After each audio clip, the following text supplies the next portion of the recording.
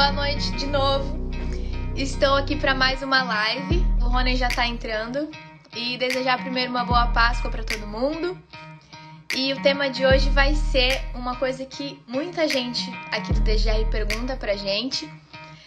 Há um tempo atrás a gente fez um questionário para os nossos seguidores. E um dos temas mais comentados foi radiologia.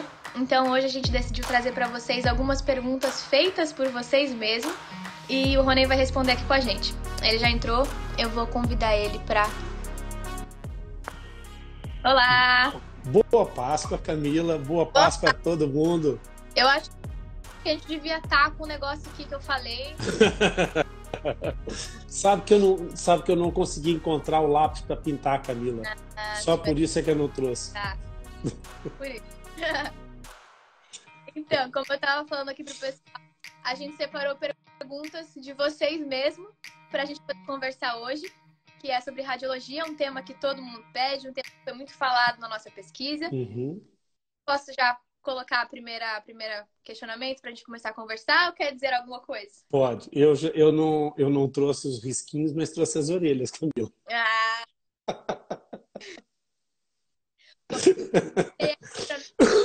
Falar diferente da pergunta. A primeira coisa que a gente anotou foi: minha maior dificuldade está na radiologia. Então já é um tema aberto para a gente começar a nossa conversa de hoje. É verdade, Camila. A dificuldade das pessoas em relação à radiologia é uma preocupação para quem está começando a sua prática clínica, como é óbvio. A primeira coisa é tentar explicar que, ao longo do tempo, a presença da radiografia não foi uma constante nas nossas práticas e no nosso diagnóstico. Uhum. E aqui convém ressaltar uma coisa que também é relevante para o jovem dentista, e até porque nós sabemos que uma grande maioria, uma grande massa de profissionais recém-licenciados que está começando a sua atividade e outros que até já têm algum tempo, mas ainda pouco de clínica, trabalham para terceiros em clínicas onde não tem, eventualmente, condição de controlar ou de exigir determinados recursos para poder trabalhar. E tem que encontrar forma de realizar o seu trabalho de uma forma idônea, de uma forma bem feita, para atender satisfatoriamente os seus pacientes.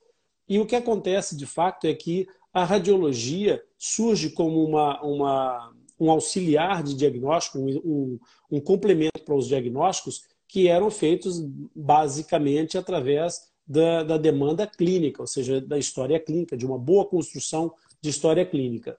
E aí, ao longo do tempo, a imagem foi sofrendo evoluções e obviamente, que não é alheio também o fato de nós termos a evolução digital a trazer uma substancial melhoria na capacidade de interpretação imagiológica. Sim. Então, na radiologia em concreto, aquilo que nós temos que dizer aos nossos jovens dentistas é que, mesmo não tendo o último recurso em termos de radiovisiografia, ou seja, o RVG, que é uma imagem digital, mesmo fazendo através de películas de radiografia, é possível obter um excelente auxiliar de diagnóstico na imagem radiográfica. E para que isso aconteça, uma das questões mais relevantes, mais importantes talvez, seja que o dentista que nos coloca, e não foi foram alguns que trouxeram questões sobre radiologia, e esse em concreto, esse tema, a minha dificuldade é com a radiologia, nos coloca perante um dilema que é: será que durante a sua graduação, durante a sua formação, esse dentista entendeu a essência da radiografia?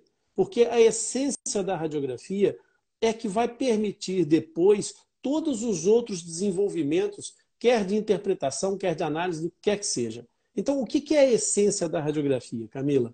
A essência da radiografia é uma fonte radioativa e um anteparo. O que isso quer dizer?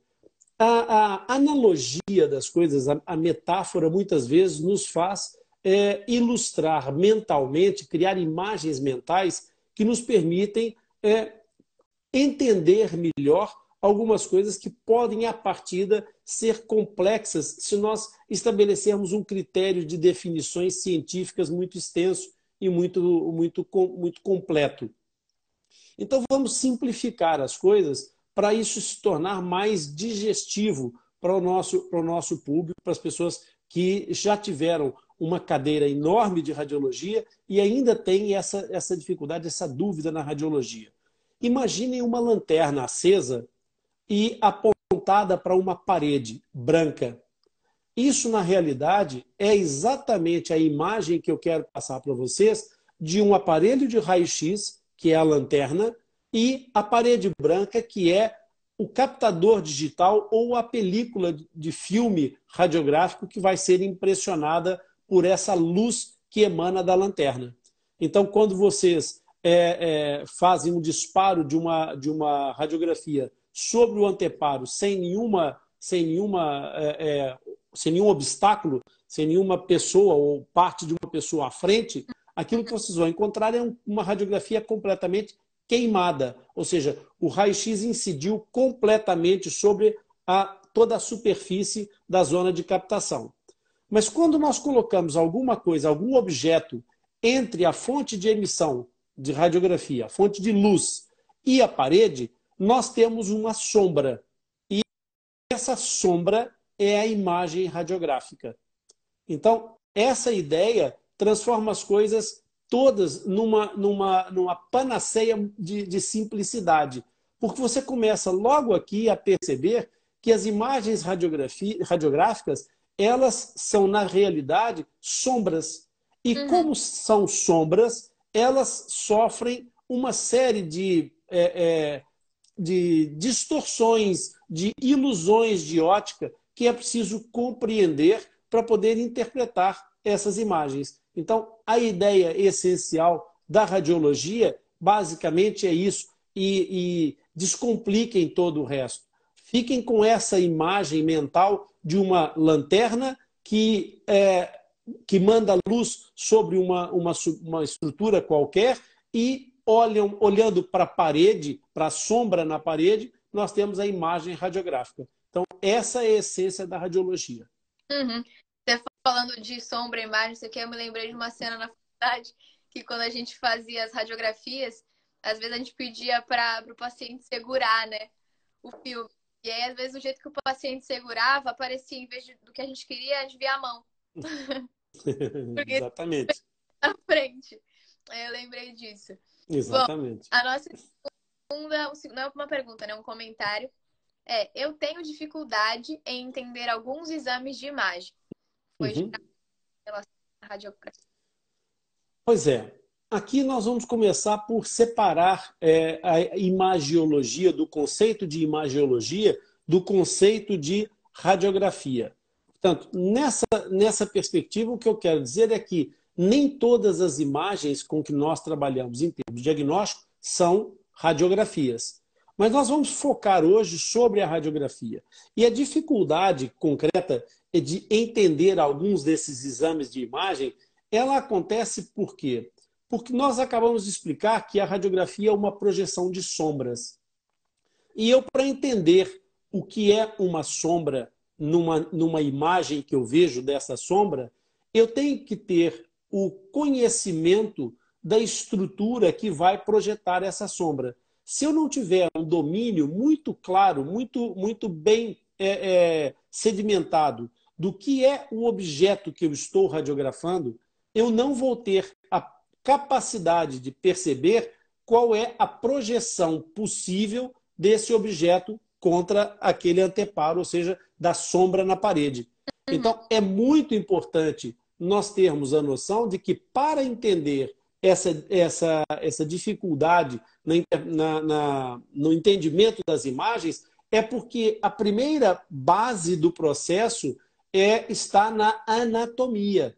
Então, é preciso conhecer muito bem a anatomia da estrutura que vai ser radiografada, para depois aprender a encontrar e poder estudar a anatomia radiográfica. São duas coisas muito interdependentes, mas são coisas muito diferentes. Sim. Enquanto que a radiografia enquanto que a anatomia ela é tridimensional, ela tem alguma característica não só volumétrica, mas densitométrica, a radiologia, a anatomia radiográfica, ela é apenas densitométrica, ou seja, ela mede apenas a densidade do obstáculo.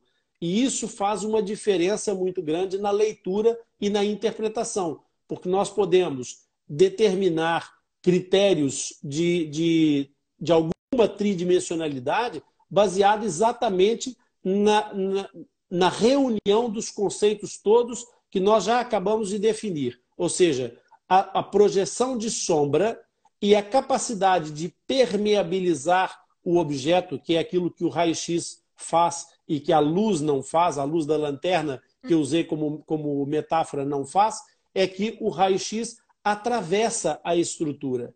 E então o que acontece é, ele vai gerar leituras diferentes de acordo com a densidade.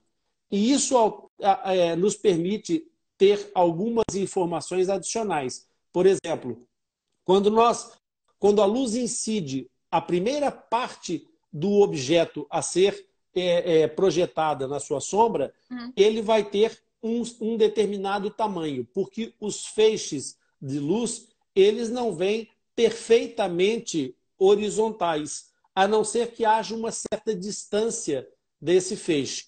Mas então pode haver um efeito de cone, dependendo da aproximação que haja das distâncias entre a fonte luminosa e o objeto a ser projetado na imagem.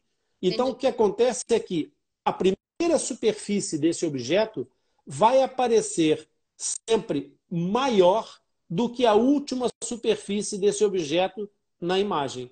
Por quê? Porque quanto mais longe da fonte de luz, mais paralelos serão os feixes que vão incidir nesse objeto. Então, vai gerar aqui uma noção de tridimensionalidade por duplicação, eventualmente, de imagens ou sobreposição de imagens. E isso nos dá uma certa capacidade de perceber algum volume. É baseado nesse conceito que, matematicamente, os computadores criam nas radiovisiografias o pseudo 3D. O que é o pseudo 3D? Quando você tem um software de imagem em radiovisiografia, em RVG, esse software, muitas vezes, ele faz uma pseudo-reconstrução tridimensional baseado exatamente nessa escala densitométrica. E aí ele te permite perceber uma inferência, uma imagem não fidedigna completamente, mas te dá uma noção de tridimensionalidade. E aí é possível ter essa capacidade de leitura. Mas isso nós, com um devido treinamento, conseguimos também perceber radiograficamente na análise dessas imagens, seja na radiovisiografia, seja nas películas de raio-x. Entendi. Muito legal. E muito legal que você falou também de não deixar, obviamente são coisas diferentes, mas uma tem relação com a outra da anatomia e da radiologia, né? Porque eu acho que as pessoas tendem a dissociar demais por serem matérias diferentes, cadeiras diferentes, professores diferentes, mas rola muito isso e eu acho que realmente é muito importante saber que tudo isso tem uma relação, né? Bom, a nossa terceira, não é uma pergunta também, é uma afirmação, sinto dificuldade em analisar radiografias. Exatamente por isso que a gente acabou de falar.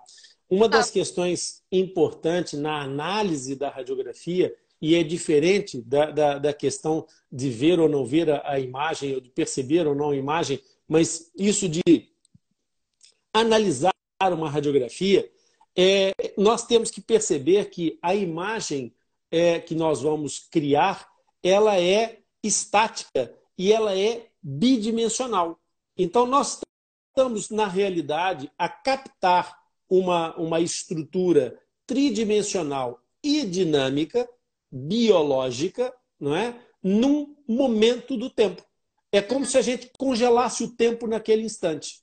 Então, a dificuldade, muitas vezes, de análise, ela está relacionada exatamente com o fato de que nós estamos a impregnar num determinado momento do tempo uma condição que estava em determinado momento.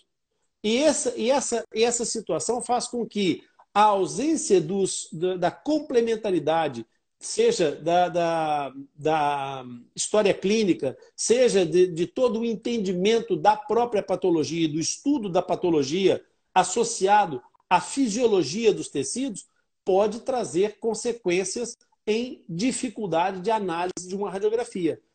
Quando nós falamos, e é exatamente isso que a Camila chamou a atenção, da importância das bases e do quanto nós repetimos isso na formação DGR, de como é frequente os alunos não levarem a parte base da sua formação de uma forma atenta, porque há a sensação de que todo o processo que interessa e que é o objetivo do dentista está no ciclo de clínica, na parte do exercício prático. Só que ele se esquece que sem essa premissa, sem cumprir esse pressuposto inicial, não é difícil, é quase impossível não ter essas dificuldades lá na frente.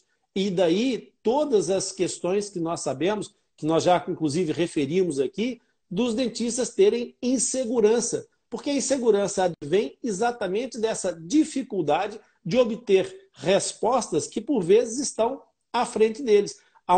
A minha mãe costumava zangar-se muito comigo, porque eu tenho um grande problema com procurar. Procurar não é propriamente a minha praia. E então ela dizia assim, você só enxerga o que está na sua frente. Mas, na verdade, às vezes, o que está mais escondido é o que está na nossa frente.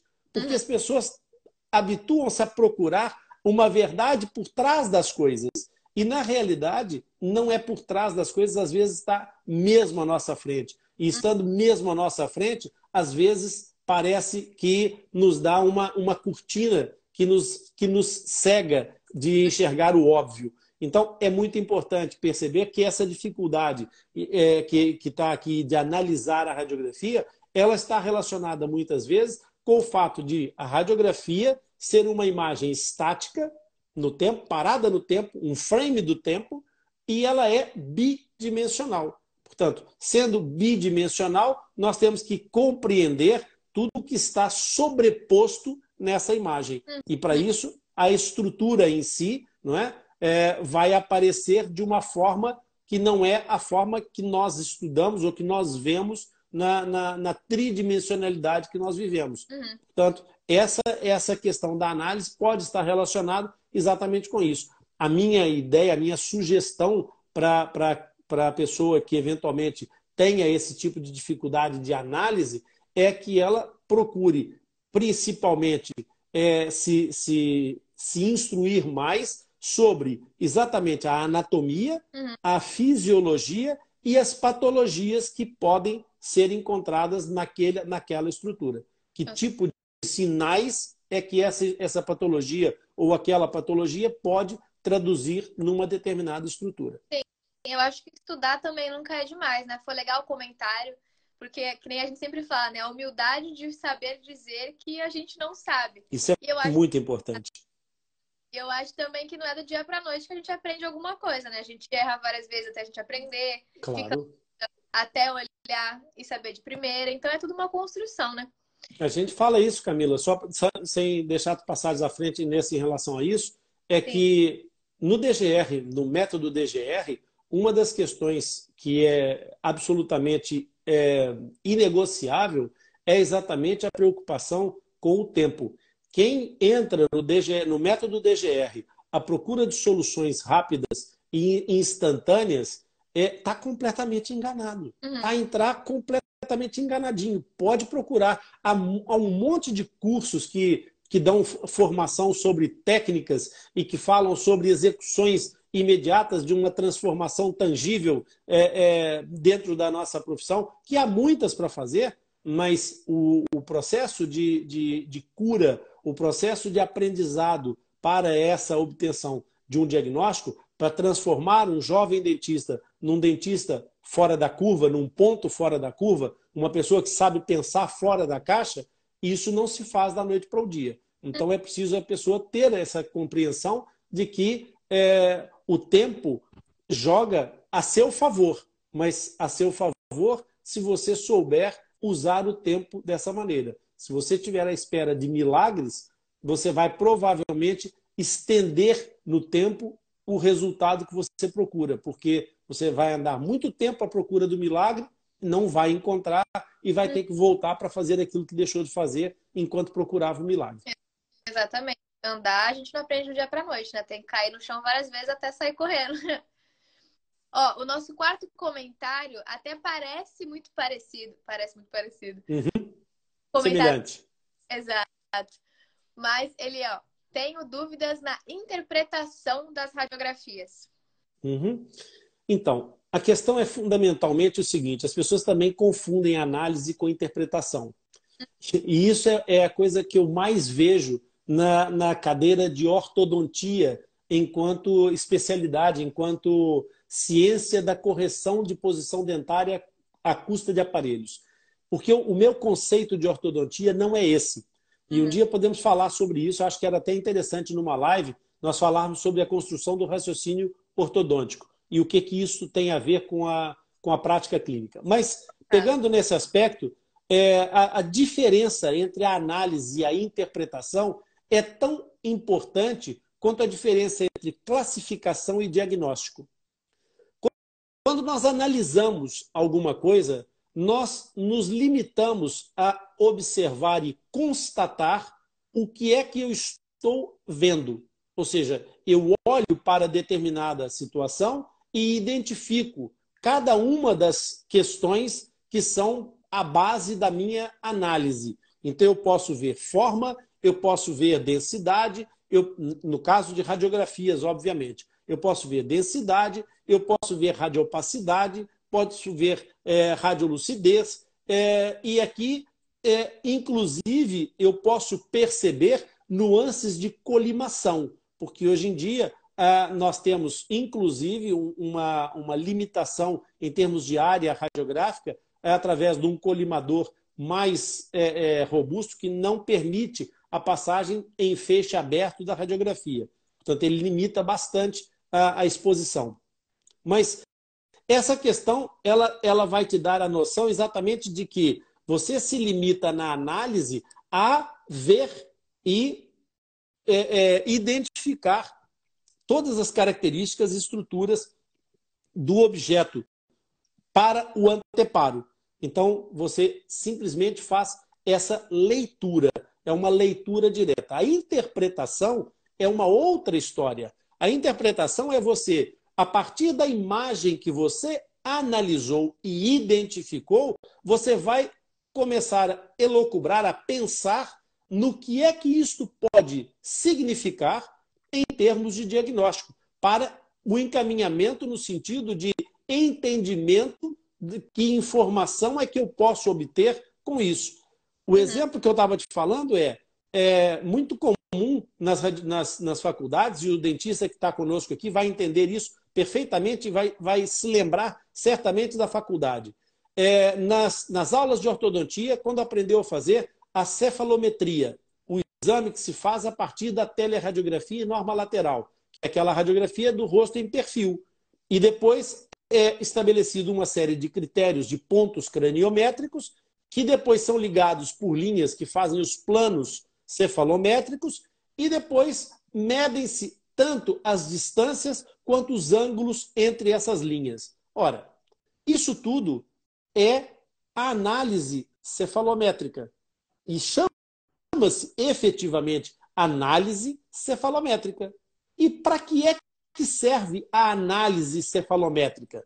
Analisar a cefalometria. Serve para a interpretação da patologia eventual que vai ser tratada. Serve para identificar quais são os problemas que esta cefalometria expõe. Então, a grande questão é que quando você pede a um dentista recém-licenciado, e mesmo alguns dentistas já não tão recém-licenciados, para interpretar uma radiografia, uma cefalometria, uma análise cefalométrica, ele te diz assim: o ANB está 82 graus, está 2 graus, o ANB está 2 graus, porque o SNA está a 82 graus e o SNB está a 80 graus. Sim, e isso quer dizer o quê? Ah, não, porque estando ANB 2 graus está dentro da norma. Sim, e isso quer dizer o quê? Percebe? Sim. Que informação é que isso me traz? Para que isso é importante? Ah, é porque aí se for maior do que 2 graus é uma classe 2, se for menor do que 2 graus é uma classe 3. Isso é uma classificação. E isso indica exatamente o quê? Que informação é que isso te traz? Ah, Uhum. não, pronto, acabou. Então, a diferença entre análise e interpretação é exatamente essa. Sim. Analisar é uma coisa, interpretar é outra. Então, a dificuldade que a colega tem na interpretação, como é que é a questão que ela coloca? Eu É tenho dúvidas isso, na interpretação das radiografias. na interpretação das radiografias. Então, nesse caso, eu volto a chamar a atenção para a importância do critério de conhecimento da patologia. Portanto, entender quais são os sinais, não só anatômicos de uma patologia, mas os sinais radiográficos da patologia. Uhum. Como é que isso pode aparecer depois? Entendi. Ó, o nosso próximo comentário é sobre. Foi uma avaliadora que deixou. Ela disse: Sou avaliadora e tenho bastante dúvida quando se tem lesão, de enxergar se tem lesão na radiografia ou não. Pois é. Olha que interessante isso. Uma pessoa que se tem de dedicar a essa área tem que lidar com imagens todos os dias. Mas a cadeia não pode ser rompida, Camila. Uma pessoa para fazer a avaliação, para ser avaliadora, ela na realidade ela tem que se dedicar a ter uma integração com a equipe clínica que gera essas imagens. Ou Uhum. seja, o médico, o médico não, o dentista, aqui em Portugal é médico-dentista e a minha cabeça foge. Uhum. O dentista que vai trabalhar na ponta desse processo, que é o braço armado desse processo, que vai gerar toda a documentação que esta avaliadora vai ter que analisar, ele tem que ter capacidade e possibilidade de gerar uma história clínica. Porque Uhum. sem a história clínica, esta leitura da avaliadora torna-se praticamente impossível. Ela não tem como fazer uma leitura radiográfica, uma avaliação radiográfica, se ela não tiver informação clínica. E essa conectividade entre o braço clínico, o profissional que está na ponta clínica desse processo, e a avaliadora, se houver uma ruptura dessa comunicação, já está tudo estragado. Tudo que essa avaliadora vai fazer é, eventualmente, fazer uma análise radiográfica de estruturas paradas no tempo e depois isso pode dar grandes equívocos, grandes erros de interpretação. Portanto, esse é um primeiro ponto. A grande questão que ela vai ter que fazer ela pode facilitar a vida dela, porque hoje em dia, felizmente, há uma série de melhorias na qualidade dos recursos que nós dispomos. Então, ela pode utilizar, por exemplo, a radiovisiografia, se ela tiver na empresa onde ela trabalha radiovisiografia, porque isso de ser avaliadora traz-nos logo a noção de que estamos a falar de uma empresa de promoção de prestação de serviços dentários. Por isso, sendo uma empresa de promoção de serviços dentários, ela terá, eventualmente, alguns recursos possíveis. Então, a primeira delas é, se usar radiografia digital, ela usar a magnificação da imagem como forma de melhorar a sua capacidade diagnóstica. E aqui eu quero chamar a atenção de um erro muito comum, mas muito comum, que acontece frequentemente entre os dentistas. É que a primeira coisa que um dentista pensa quando se fala em magnificação de uma imagem é zoom, é aumentar a imagem. Quanto mais eu aumentar, mais eu vou ver. Na maior parte das vezes, isso é, eventualmente, um recurso positivo, mas há uma outra grande parte de vezes em que isso é absolutamente péssimo. a magnificação no sentido de diminuir o tamanho da imagem, compactar mais os dados, pode facilitar a identificação de determinados problemas. Portanto, magnificação não significa sempre aumentar, é aumentar ou diminuir. Então, essa capacidade de aumentar e diminuir o tamanho da imagem pode facilitar muito a vida dessa avaliadora. Outra coisa que pode ajudá-la muito é usar a imagem tridimensional. Na imagem tridimensional, ela consegue ter uma remoção de parte dos artefatos que a bidimensionalidade obriga. Vou explicar isso bem. A radiografia é bidimensional, ela tem a altura e largura, não tem volume. O CBCT, o Cone Beam Tax Scan, ele faz exatamente o quê? Ele faz um efeito de tomografia que cria uma leitura em feixe helicoidal que permite fazer a leitura tridimensional daquela estrutura. Mas então, isso é tipo de radiografia ou é na hora de analisar? Não, depende dos recursos que essa avaliadora tenha à sua disposição. Ela pode não ter uma máquina de CBCT, porque não é propriamente o preço da chuva. Ela pode até não ter a imagem em radiovisiografia. Há muitas clínicas que não têm imagem digital para radiografia, e está tudo bem. Não é obrigatório ter uma imagem digital, embora a maioria das clínicas hoje em dia já tenha imagem digital, mas não é obrigatório. Ah, mas aí, Rony, como é que vai dar para fazer a magnificação? Dá, afasta a radiografia de você e você diminui a sua capacidade de leitura da ampliação. Chegando à radiografia e colocando uma lupa em cima dela, você tem magnificação positiva, ou seja, aumento de tamanho. Então, não é pela necessidade de recurso tecnológico que o problema fica mais complicado. E, por exemplo, em concreto nesse aspecto, tá? Em que a magnificação positiva, ou seja, o aumento de tamanho, pode ajudar essa colega. E eu vou dar já uma dica aqui, uma ajuda nessa situação. Nem todas as imagens radiolúcidas ou radiopacas, elas têm que ser sinalizadoras de algum problema. Okay? Nas imagens, em geral, quando nós avaliamos esse tipo de situação que está aqui em causa, que são as lesões, que ela não refere qual o tipo de lesão, mas eu depreendo que seja a lesão periodontal, a lesão periapical, há uma identidade muito simples para se fazer e perceber quando o processo é agudo e quando o processo é crônico e quando ele é de evolução patogênica ou quando ele está de forma efetivamente, provavelmente, estático, cicatricial, que é a formação da lâmina dura alveolar.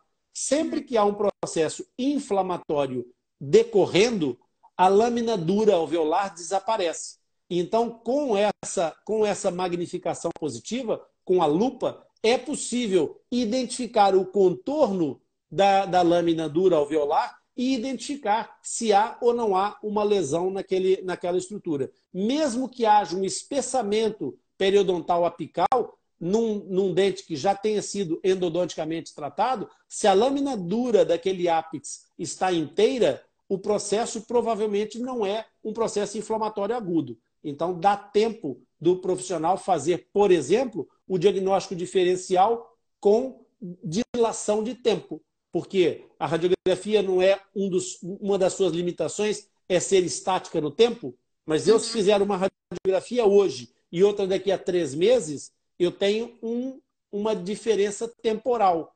E aí eu consigo avaliar se aquela imagem se expandiu, se regrediu, se sofreu alguma alteração, e assim, tendo a lâmina dura, já permite esse tipo de recurso. Legal. Ó, a nossa próxima agora é uma pergunta. O raio panorâmico substitui o periodontal? Tá. Primeira coisa que eu vou ter que tomar aqui como pressuposto é que o raio-x periodontal a que essa colega se refere será o raio-x apical. Sim. O raio-x, aquele retângulozinho que é utilizado intraoral. O raio-x intraoral, ele é diferente da ortopontomografia em quase todos os sentidos, mais específicos.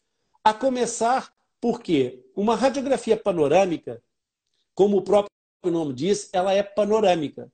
E por mais capacitada, por mais bem realizada que seja, cumprindo todos os trâmites e parâmetros, ela não vai ter nunca a capacidade de identificação da imagem que uma radiografia apical vai ter naquele campo da radiografia apical. Pela simples razão de que entre o feixe de luz, lembra-se do começo da explicação? Entre o feixe radiográfico e a radiografia, que é o anteparo, que é a parede que recebe a sombra, só vai ter aquele objeto que eu quero fotografar na radiografia intraoral, na radiografia periapical.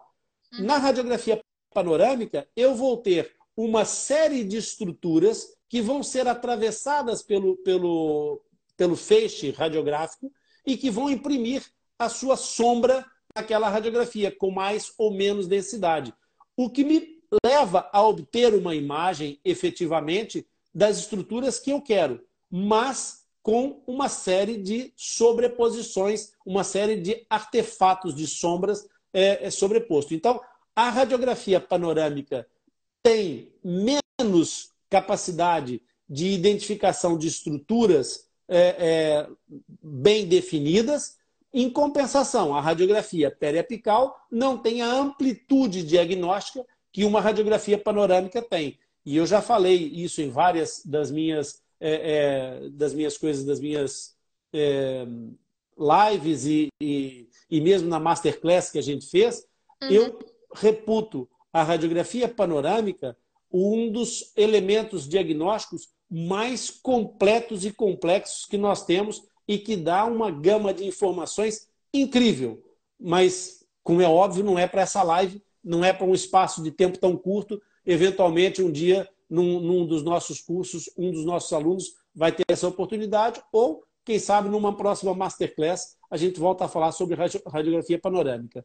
Mas é de uma radiografia extremamente útil, agrega imenso valor, mas não tem o mesmo objetivo diagnóstico que uma radiografia periapical.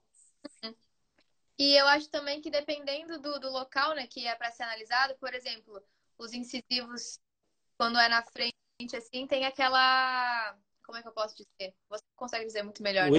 Erro de paralaxe. Exato, essa é a palavra que eu queria. Então, diferente também a finalidade que você vai usar. Então ela disse substitui. Então não substitui, né?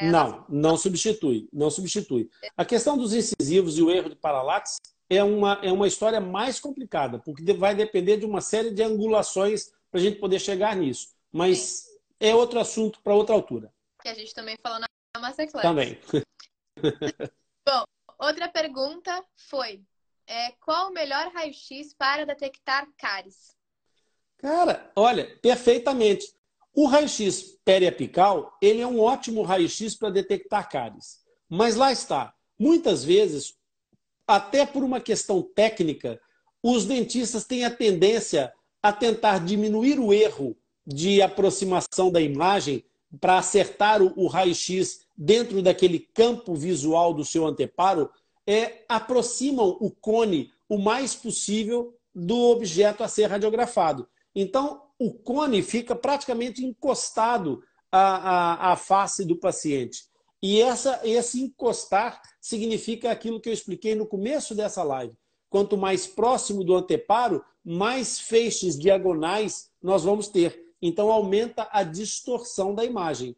Então, a melhor radiografia para se fazer identificação de cáries dentárias é a radiografia bite-wing com a técnica do cone longo. O que é a técnica do cone longo? Cone é aquela parte do aparelho do raio-x que nós utilizamos à frente da fonte emissora. O raio-x, quem já viu o raio-x, e os colegas sabem disso, é aquela caixa quadrada onde está o processo de emissão radiográfica, o conteúdo radioativo do equipamento. E à frente tem um copo de plástico. Esse copo é exatamente o que nós chamamos o cone radiográfico. Esse copo tem vários tamanhos e as pessoas normalmente não sabem disso. Os equipamentos podem trazer copos curtos e copos longos, exatamente porque aquilo é rosqueável e você, para fazer uma radiografia de cone longo, usa o copo longo. Agora, isso é absolutamente necessário? Não, claro que não. É só você afastar o seu cone da face do paciente e quanto mais afastado da face do paciente, mais você vai ter feixes paralelos que vão te permitir captar uma imagem com mínima distorção. E aí, se o paciente aconchegar bem o anteparo filme junto ao elemento que vai ser radiografado, aqueles feixes que vêm paralelos vão te dar uma nitidez de imagem muito melhor.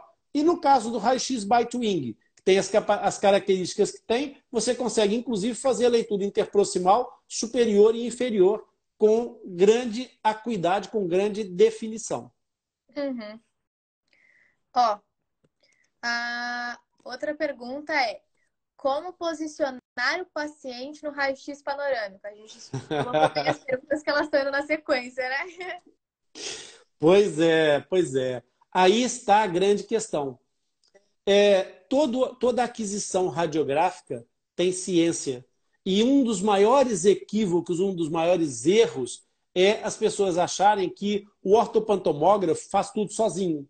É só o paciente chegar e morder o anteparo e está tudo bem. Uhum. Não, não é verdade. Isso é um ledo engano e que gera muitos daqueles erros de distorção de paralaxe que você acabou de falar. Sim. A Que situação de inclusive inclinação dos incisivos. sim, um raio-x mal tirado pode levar a um diagnóstico errado, né? Claramente, claramente, claramente. A questão que você acabou de falar dos incisivos, por exemplo, uma radiografia mal posicionada, ela pode fazer com que haja um encurtamento dentário, e esse encurtamento dentário pode induzir, por exemplo, a um erro de diagnóstico de reabsorção radicular, quando na realidade não há reabsorção radicular nenhuma. Então, para posicionar os pacientes corretamente no raio-x, no ortopantomógrafo, é muito importante que algumas regras, alguns critérios sejam observados. O primeiro é se é adulto, se é criança. Portanto, e depois, o tamanho dos indivíduos, das pessoas, também é relevante. Por quê? Porque existem diferenças de tamanho em altura dos anteparos que são utilizados para posicionar o queixo e fixar o anteparo entre os incisivos. Portanto, esses anteparos devem ser feitos, devem ser utilizados de uma forma criteriosa, respeitando as diferenças de tamanho em crianças, adultos grandes ou jovens, ou adultos já maiores com estatura diferente. Outra questão que é essencial prende-se com o plano de Camper. O plano de Camper que vai do tragus à asa do nariz. Esse plano de Camper, inclusive os equipamentos mais recentes, tem inclusive uma linha laser que faz um traçado para facilitar o posicionamento da altura da cabeça. Então, é muito importante que o plano de Camper seja paralelo, que esteja perfeitamente alinhado. E, por fim, e não menos importante, é a posição sagital dentro da máquina. Ou seja, se a cabeça fica mais para trás ou mais próxima do anteparo. Lá está, outra vez, é uma questão de centralização. Por quê? Porque tem a ver com o ponto de concentração do feixe radioativo, para obter a imagem no local onde é desejado o feixe radioativo fazer a sua melhor impressão das sombras. Por quê? Porque quando eu radiografo o meu primeiro molar, ou quando eu radiografo o meu incisivo, eu tenho todo o outro lado da cabeça à minha frente. Quando eu radiografo os meus incisivos, é muito frequente no raio-x panorâmico aparecer uma linha branca meio embaçada na zona dos incisivos, que é nada mais, nada menos do que a projeção das vértebras cervicais. Portanto, todas essas sobreposições têm que ser consideradas. Então, o posicionamento da cabeça do paciente dentro do ortopantomógrafo é essencial para a qualidade da radiografia obtida. Com certeza. Na ortopantomografia é essencial essas três posições sempre. Sempre. Bom, a nossa última pergunta que a gente anotou na real, um comentário, né? A pessoa diz: estudo radiografia odontológica e preciso me aprofundar no tema. Pois é. Bom, quem estuda profundamente radiografia odontológica tem que começar por estudar muito, mas muito mesmo, anatomia. Tem que dominar a anatomia muito bem. E não é só anatomia de crânio seco, é preciso considerar toda a anatomia, porque na radiografia, quem vai interpretar exames radiográficos tem que saber que vai estar susceptível por situações que vêm de tecidos moles também. Portanto, a radiografia não é, em absoluto, especialmente com a colimação, não é exclusivamente para análise e interpretação de tecidos sólidos. Então, quem vai se dedicar a isso tem que agarrar com as duas mãos nos atlas de anatomia e estudar muito bem os livros de anatomia. Depois tem que também, obviamente, estudar muito bem a anatomia radiográfica. A anatomia radiográfica ela vai te dar exatamente uma série de situações de possíveis imagens de determinadas estruturas que são dentro da normalidade e que se configuram de uma forma a mimetizar uma patologia. Você pode ter, por exemplo, uma imagem radiopaca, por exemplo, em forma de uma agulha no ramo da mandíbula, e isso não é de todo, certamente, um problema na mandíbula. Portanto, com a radiografia vai te dar uma imagem bidimensional, você vai ver uma agulha radiopaca com algum calibre, com algum volume, e no ramo da mandíbula. E isso nada mais poderá ser do que, por exemplo, um cálculo da glândula salivar da parótida. Portanto, é possível que essa glândula forme um cálculo com o formato de uma agulha, de uma estrutura alongada, e que vai ser projetada dentro do ramo da mandíbula. E não vai ser nenhuma patologia encontrada ali dentro do ramo mandibular. E por aí fora. Não falando, obviamente, nos artefatos que acontecem, por exemplo, quando nós temos restaurações metálicas, quando nós temos técnicos de radiologia que fazem radiografias com adornos, por exemplo, brincos, piercings, óculos e toda sorte e feitio de situações, e que aparecem imagens na radiografia que são, às vezes, difíceis de detectar. Por exemplo, a imagem de uma estrutura plástica que o paciente traga como adorno, ela pode ser suscetível de uma imagem que vai sendo duplicada, aparecer por artefato radiográfico num local completamente diferente de onde ela estava efetivamente. E isso pode induzir em erro. Então, quem quer estudar, quem está fazendo um estudo para aprofundar em radiologia, deve muito estudar anatomia e anatomia radiográfica. E, obviamente, ter fortes bases de patologia da área onde vai estudar. Se é radiologia oral, tem que ter uma boa base de patologia de cabeça e pescoço. Com certeza. Então, se você quer se aprofundar no tema da radiologia ou em qualquer outro tema, estude, treine e assista nossas lives, porque a gente sempre traz muito conteúdo legal. E essas foram as perguntas, os comentários, né, que a gente anotou para conversar hoje. Espero que tenha agregado conhecimento para muita gente. Essa live vai estar disponível para assistir quantas vezes vocês quiserem. E quinta-feira que vem voltamos com mais um tema. Boa Páscoa, pessoal. Boa Páscoa. Muito obrigada a todo mundo. E até semana que vem. Até semana que vem, Camila. Valeu. Até amanhã, no caso, você, né? Para nós, Semana que vem. Tchau. Tchau, tchau.